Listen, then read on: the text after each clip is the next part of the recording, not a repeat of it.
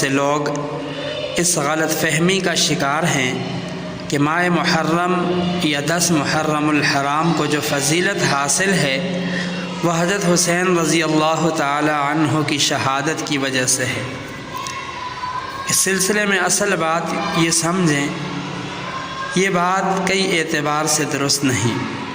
پہلی وجہ یہ ہے کہ کسی سال، مہینے یا دن کی فضیلت کے لیے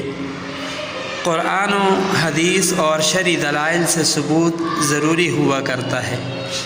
جبکہ قرآن و سنت سے یہ بات ثابت نہیں کہ ماہ محرم الحرام یا 10 محرم الحرام کو فضیلت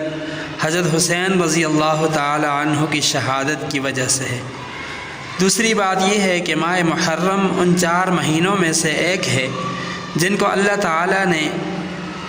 اس کائنات کو بناتے وقت ہی عظمت فضیلت عطا فرمائی۔ جہاں تک 10 محرم کی فضیلت کا تعلق ہے تو وہ بھی پہلے ہی سے طے شدہ ہے، حتیٰ کہ یہود بھی اس دن کو احترام والا سمجھ کر روزہ کرتے تھے۔ البتہ اس بارے میں یوں کہنا مناسب ہے اور درست ہے کہ حضرت حسین رضی اللہ تعالی عنہ کی شہادت کے لیے محرم کا مبارک مہینہ اور 10 محرم الحرام کا مبارک دن اس لیے منتخب فرمایا کہ یہ مہینہ اور دن عظمت اور فضیلت والا تھا،